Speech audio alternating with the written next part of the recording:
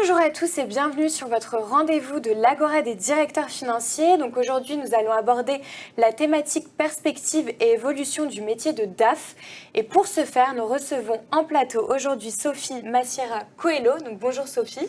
Bonjour Julie. Vous êtes directrice de mission luxe, retail et retournement d'entreprise chez Delville Management. Donc merci d'avoir répondu à notre invitation. Je rappelle que Delville Management est également partenaire de l'Agora des directeurs financiers. Et avant de démarrer l'interview, est-ce que vous pourriez revenir sur votre parcours ? Oui, volontiers.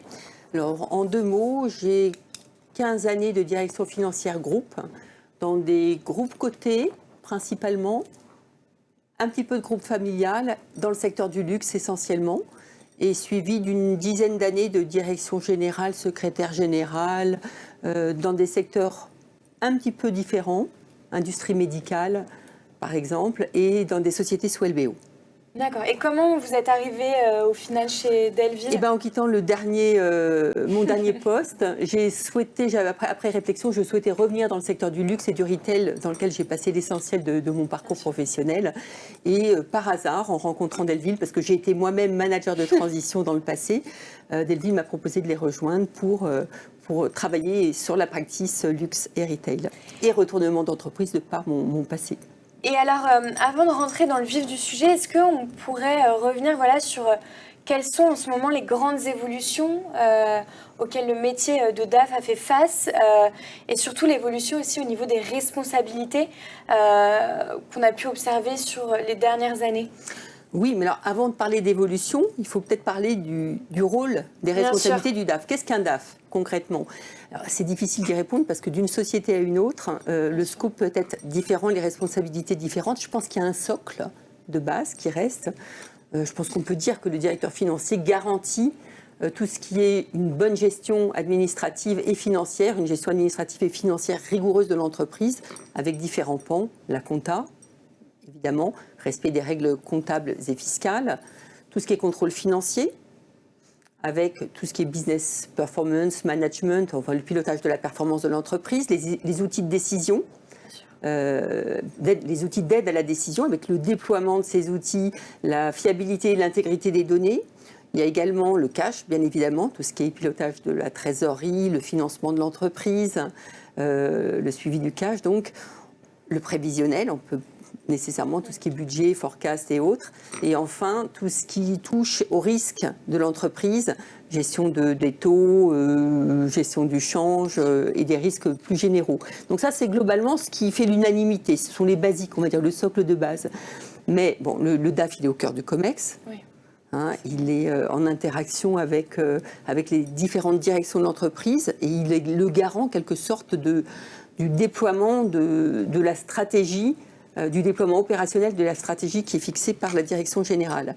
Mais alors maintenant, le rôle du DAF, il peut évoluer d'une société à une autre avec des pôles différents. Alors, il y a certains directeurs financiers qui vont dire « bah oui, mais ce que vient de dire Sophie, ça ne va pas. Moi, j'ai également la DSI. » D'autres qui vont dire « j'ai la direction juridique. » D'autres, j'ai la DRH. D'autres, les achats. Et parfois même les services généraux. Et donc là, c'est un scope qui s'élargit. Alors maintenant, pour revenir à la question sur les évolutions. Alors, compte tenu du sujet, j'ai regardé un peu, j'ai interrogé ChatGPT, j'ai regardé sur Internet l'histoire du DAF. En fait, la fonction est née au début du XXe siècle et n'a pas cessé d'évoluer depuis. Au début, c'était purement administratif. Après la Deuxième Guerre mondiale, il y a eu la fonction, elle est devenue beaucoup plus autonome. Beaucoup plus importante et autonome. Et c'est surtout après les années 70 où on a vu le rôle de business partner, accompagnement des orientations stratégiques. Et au cours des dernières années, il y a des évolutions permanentes, qu'elles soient conjoncturelles ou structurelles. En fait, on accompagne l'évolution de l'environnement. Donc, par exemple, on a vu la mondialisation au cours des 20 dernières années de l'économie. Dans ce cadre-là, le métier du DAF a évolué. La mondialisation a impliqué la délocalisation de la fonction comptable, par exemple, et on a vu la création de centres de services partagés à l'étranger. Dès lors, le scope de responsabilité du directeur financier s'est réduit sur cet aspect-là. Donc ça, c'est des évolutions structurelles, l'accompagnement des évolutions structurelles de notre économie. Mais on a aussi des évolutions conjoncturelles. Oui. Par exemple, aujourd'hui, on est en période d'inflation. Donc le rôle du directeur financier est davantage orienté sur la préservation du résultat, c'est-à-dire du cost-killing, c'est-à-dire accompagner peut-être les directions commerciales sur tout ce qui est price positioning, augmentation des prix, parce qu'on ne peut pas faire non plus n'importe comment, des calculs de marge, donc ça c'est en période d'augmentation, en période d'inflation. On est aussi en post-crise sanitaire. Dans ce cadre-là, beaucoup d'entreprises se trouvent endettées, voire très endettées. Le cash redevient une priorité. Le pilotage par le cash, qu'on a déjà connu dans les années passées, mais il est là aujourd'hui, il est toujours là. Avec en plus des taux d'intérêt qui augmentent, donc les sujets de financement deviennent aussi importants. Donc voilà, tout évolue en fonction de la conjoncture. Hein. Et alors au final, on voit quand même, on parle beaucoup de numérisation et d'automatisation. Comment ces deux sujets ont impacté le métier du DAF et quelles sont les tendances à venir dans ce domaine, les tendances ou comment justement un directeur financier peut prendre ça en main et le prendre en amont peut-être avant de se faire dépasser tellement les technologies évoluent de manière très rapide. Alors ça, Julie, c'est une bonne question qui n'est pas nouvelle parce que la digitalisation de la fonction finance, on en parle depuis une vingtaine d'années maintenant.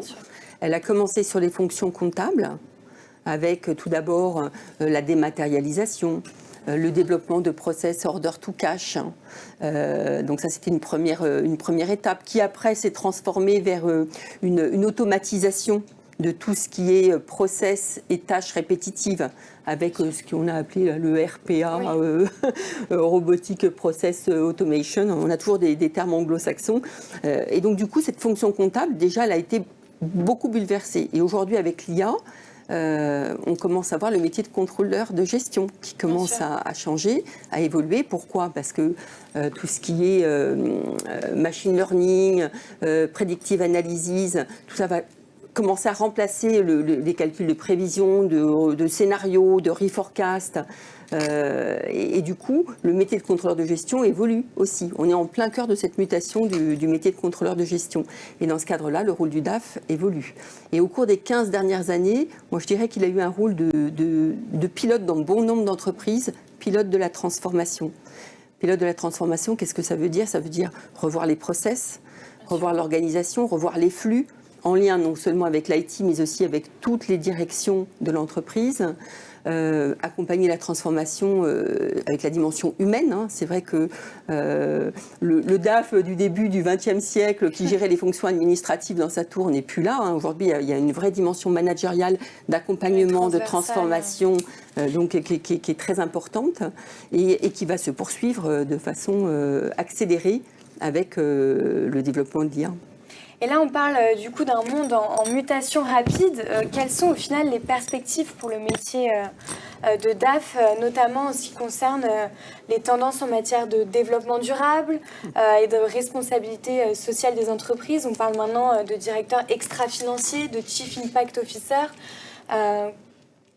Alors là, Julie, ça c'est une autre évolution structurelle du métier du directeur financier qui, là encore, n'est pas nouvelle. Ça a commencé il y a aussi une vingtaine d'années. Je me souviens des premiers rapports dans les groupes cotés, comme je le disais, avec la CSR. Je ne parle pas de la CSRD dont on parle beaucoup aujourd'hui, mais de la CSR de l'époque, qui était la Corporate Social Responsibility, où dans les groupes cotés, on commençait à faire des reportings extra-financiers. Là, c'était bien souvent sous la responsabilité du directeur financier. Et aujourd'hui, avec la CSRD qu'on attend à la fin de l'année, ça ne va qu'accélérer cette dimension de reporting extra-financier, où je pense que quand bien même il y a des fonctions qui se créent de Sustainability Director ou directeur du développement durable ou ce genre de choses, néanmoins, la responsabilité de la production des chiffres reste bien souvent sous l'emprise du directeur financier.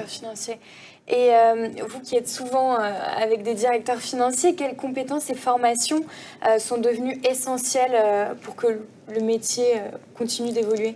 Alors, un directeur financier, déjà, de par la base de son métier, doit pour moi rester rigoureux. Bien sûr. Rigoureux, organisé, fiable. Ça, c'est les domaines de base, le socle.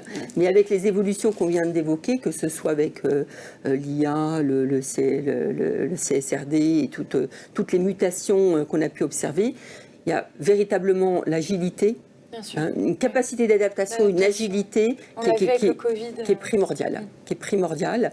Ensuite, la capacité d'apprentissage rapide. Parce qu'un directeur financier, on l'a vu aussi, son rôle est variable d'une entreprise à une autre, avec un scope très large, mais il ne peut pas être technicien sur tout. Donc c'est plus une capacité d'apprentissage rapide pour avoir un overview et être capable de discuter avec n'importe quel technicien qui rentre dans son scope. Donc ça, c'est le deuxième point. Je pense que c'est clairement un communicant. Il doit aujourd'hui être communicant de par son rôle central pour accompagner une transformation, pour communiquer. Et bien sûr, un manager. Un manager, un animateur d'équipe pour emmener et piloter ces transformations. Et comment les directeurs financiers gèrent-ils la transition vers la fin de carrière ou vers, voilà, pourquoi pas un autre rôle au sein de l'entreprise après avoir occupé leur poste? Vous le disiez dans votre parcours, vous êtes passé de directrice financière à secrétaire générale, directrice générale. Qu'est-ce que vous pensez Alors les évolutions, moi j'en vois plusieurs. Bon, déjà, en entreprise, il y a effectivement l'élargissement du scope, je citais mon exemple, effectivement, à la fin de directeur financier groupe, je suis devenue directeur général adjoint en charge de toutes les fonctions support, donc en supervisant le DAF, la DRH, la DSI, la direction juridique, la DV, les services généraux. Donc ça, c'est une évolution du scope. Ça peut être une évolution, ou alors une évolution, non pas du scope, mais de taille d'entreprise. Donc avec une exposition peut-être plus internationale pour certains. Donc ça, c'est des évolutions dans l'entreprise.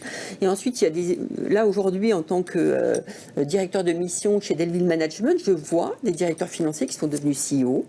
Je vois des directeurs financiers qui sont devenus directeurs du sustainability dans des grands groupes. Pourquoi? Parce qu'il y a effectivement toute cette notion de production de données. Bien sûr. Alors dans ces grands groupes-là, on peut se poser la question du rôle du directeur financier demain, parce que comme c'est un ancien directeur financier qui prend cette responsabilité, donc là, il y a quand même une interrogation à avoir. Et enfin, le management de transition, c'est aussi une bonne évolution pour les directeurs financiers en fin de carrière.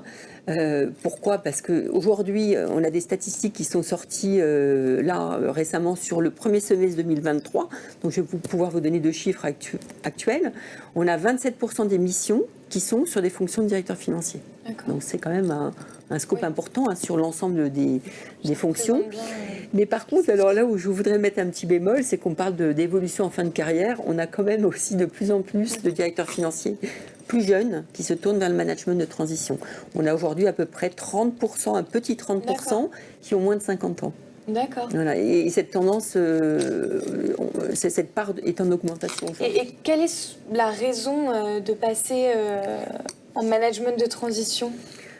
Alors, il y en a plusieurs. Le principal intérêt, c'est de passer en mode projet. D'accord. Voilà, parce qu'en fait, finalement, les entreprises font appel à nous dans 2 cas de figure, ou du management relais, avec une notion d'urgence, parfois de crise, ou pour gérer des projets de transformation importants, tels que ceux qu'on citait tout à l'heure.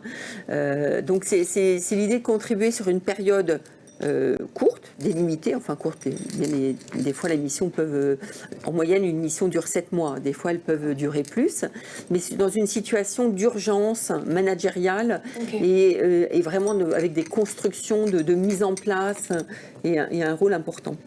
Et quelles sont les compétences et l'expérience clé qu'un directeur financier en fin de carrière peut apporter à des postes de conseil d'administration, de mentorat ou de conseil stratégique ?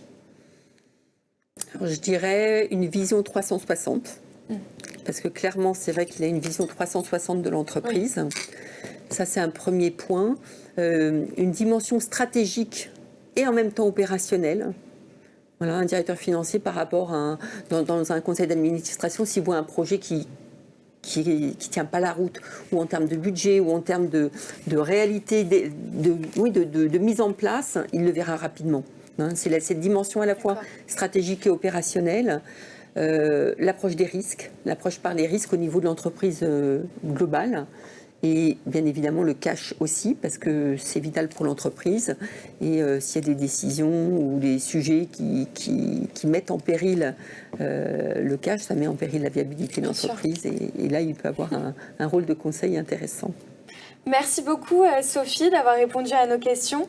Merci à tous de nous avoir écoutés et on se retrouve en octobre pour le prochain replay de l'Agora des directeurs financiers.